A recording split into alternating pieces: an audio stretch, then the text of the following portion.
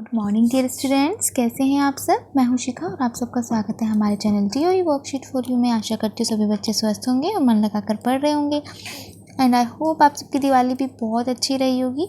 तो चलिए शुरू करते हैं हमारी आज की वर्कशीट। आज हिंदी और EVS 2 वर्कशीट्स हैं।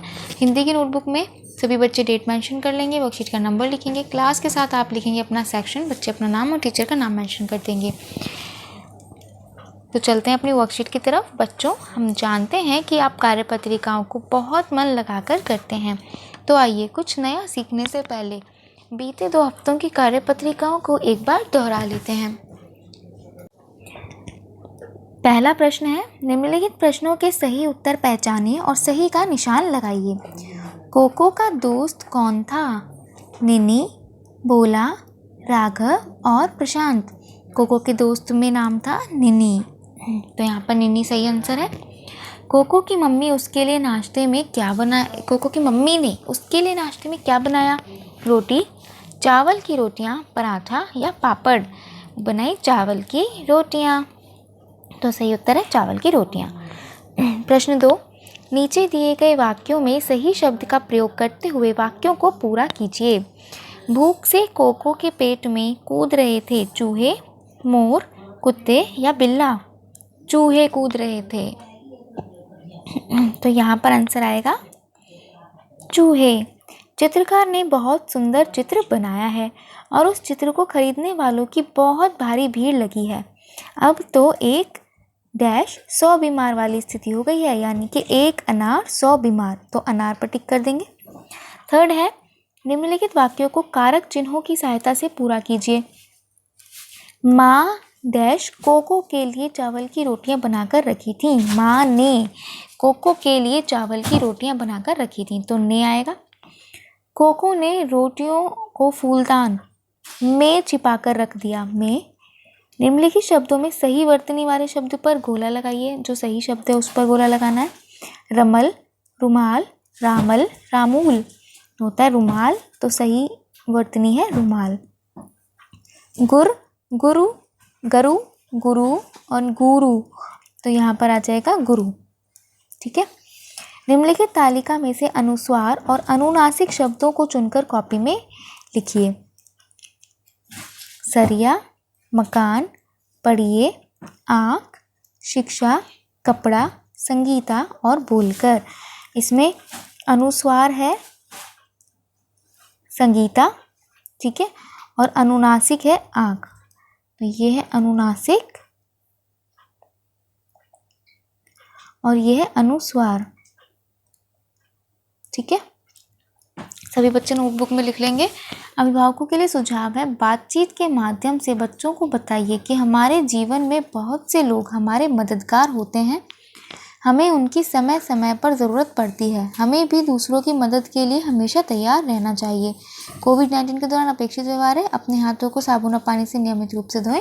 तो आज की हमारी हिंदी की वर्कशीट यहीं पर समाप्त होती है। जल्दी से इंग्लिश की वर्कशीट ओपन कर लेते हैं। EVS की वर्कशीट शुरू करते हैं। सभी बच्चे नोटबुक में डेट मेंशन कर देंगे, वर्कशीट का नंबर लिखेंगे, क्लास के साथ आप लिखेंगे अपना सेक्शन, बच्चे अपना नाम और टीचर का नाम मेंशन कर देंगे। प्यारे बच्चों, जीवित रहने के लिए जल और वायु दोनों अति आवश्यक चीज़ें हैं, लेकिन ज़रा सोचिए, अगर यह वायु ही दूषित हो जाए तो क्या होगा?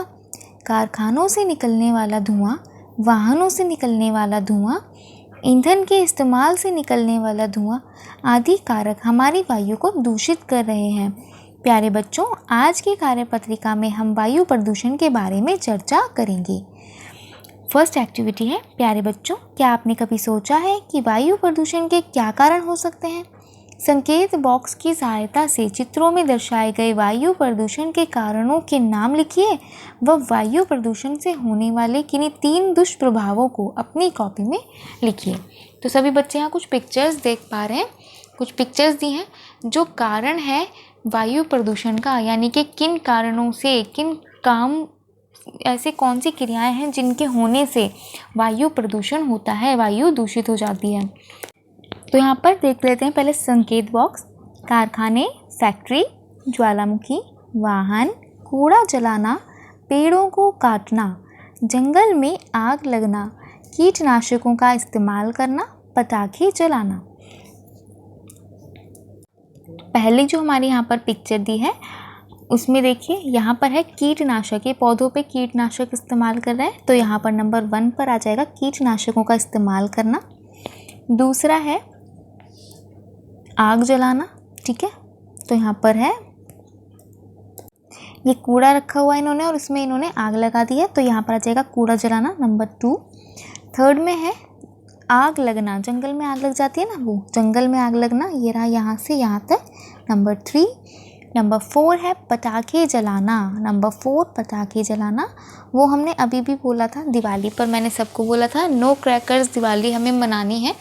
आई होप सबने ऐसे ही किया होगा, क्योंकि इससे बहुत ज़्यादा अभी भी बहुत पटाखे जलाए गए, जिसकी वजह से पोल्यूशन हम देख भी पा रहे हैं सामने बहुत ज़्यादा हो गया है।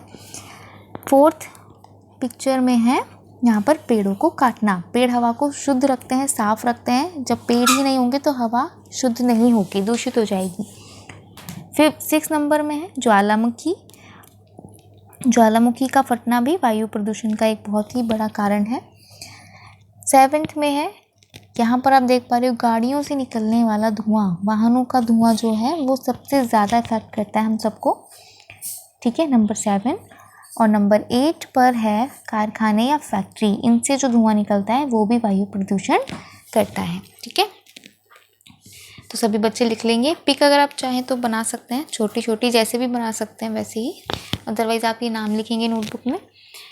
सेकंड है नीचे दिए गए चित्रों में से उन चित्रों को छांटिए व अपनी कॉपी में बनाइए जिनके कारण वायु प्रदूषण नहीं फैलता अथवा जिनके कारण वायु की गुणवत्ता खराब नहीं होती, ठीक है। वो चित्र कॉपी में बनाने हैं। देखिए जैसे साइकिल चलाना, इसमें कोई धुआं नहीं निकलता है, कोई वायु प्रदूषण नहीं होता है, ठीक है, और इससे हेल्थ भी अच्छी रहती है साइकिलिंग करने से, तो इसकी पिक्चर आप बना सकते हैं। फैक्ट्री से धुआं निकलता है तो इसे तो आप नहीं बनाएंगे, इससे वायु प्रदूषण होता है। फूल, जब पेड़ पौधे आसपास फूल होते हैं तो इससे वायु प्रदूषण नहीं होता, ठीक है, तो यहाँ पर आप ये भी बना सकते हैं। गाड़ियों से तो धुआं निकलता है, ये वायु प्रदूषण का कारण होता है, तो इसे नहीं बनाएंगे। पेड़ बहुत अच्छा हमारे पास एक उदाहरण है वायु प्रदूषण को रोकने का, ठीक है, तो हमारे पास बहुत अच्छा उपाय कह सकते हैं हम, पेड़ पौधे होना बहुत ज़रूरी है ताकि वायु साफ रह सके, तो ये आप ज़रूर बनाइए नोटबुक में। ये तीनों चीज़ें आपको नोटबुक में ड्रॉ करनी है। थर्ड है वायु प्रदूषण को कम करने व वायु को दूषित होने से बचाने के लिए आप किस प्रकार योगदान दे सकते हैं, किन्हीं 5 बिंदुओं को अपनी कॉपी में लिखिए। ये आपको खुद से करना है, इसके लिए आप अपने घर में बड़ों की सहायता ले सकते हैं। और नंबर 1 क्वेश्चन में भी था दुष्प्रभाव, 3 दुष्प्रभाव आपको लिखने हैं कि वायु प्रदूषण से क्या क्या दुष्प्रभाव हो सकते हैं, ठीक है। कई प्रकार की बीमारियां हो सकती हैं जिसमें अस्थमा यानी कि दमा की बीमारी मुख्य है, ठीक है, जो होती है लोगों को, काफ़ी सारी बीमारियां, इससे स्किन डिजीज़ भी हो सकती हैं, त्वचा रोग संबंधी रोग हो जाते हैं, ठीक है। तो इस तरह के आप 3 दुष्प्रभाव जो हम पर पड़ते हैं वो लिखेंगे। और नंबर 3 में भी आप लिखेंगे वो 5 बिंदु जो बचाव हो सकता है प्रदूषण को कम करने के लिए। एक्टिविटी है वायु प्रदूषण को कम करने में पेड़ संजीवनी साबित होते हैं। अपने घर के आंगन में गमले या पौधे लगाइए, गमले में पौधा लगाइए एवं इसकी देखभाल कीजिए, ठीक है। ये आपकी एक्टिविटी है। जब आप ये काम करें तो एक छोटा सा वीडियो बनाकर अपने टीचर के साथ शेयर करें। अभिभावकों के लिए सुझाव है वायु को दूषित होने से किस प्रकार बचाया जा सकता है, इस बारे में बच्चों के साथ चर्चा कीजिए। कोविड अप्रोप्रिएट बिहेवियर मैसेज है, keep maintaining physical distance of 6 feet और 2 यार्ड्स। तो आज की वर्कशीट यहीं पर समाप्त होती है। आई होप आपके लिए वीडियो हेल्पफुल रहा होगा। चलिए मिलते हैं अगली वर्कशीट के साथ। तब तक के लिए खुश रहिए, स्वस्थ रहिए और मन लगाकर पढ़ते रहिए। अगर आप हमारे चैनल पर नए हैं तो प्लीज़ हमारे चैनल को सब्सक्राइब करें, वीडियोज़ को लाइक करें और शेयर करना बिल्कुल ना भूलें। Thank you.